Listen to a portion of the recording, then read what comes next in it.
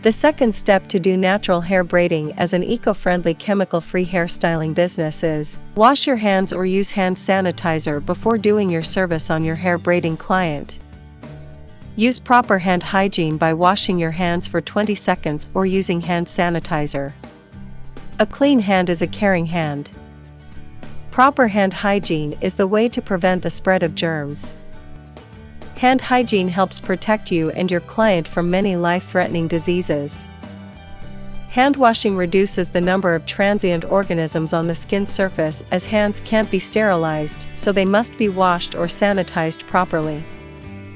Hair braiders must follow health and safety practices and cleaning techniques to protect themselves as well as their clients from bloodborne pathogens and communicable diseases that include viruses, bacteria, and fungi.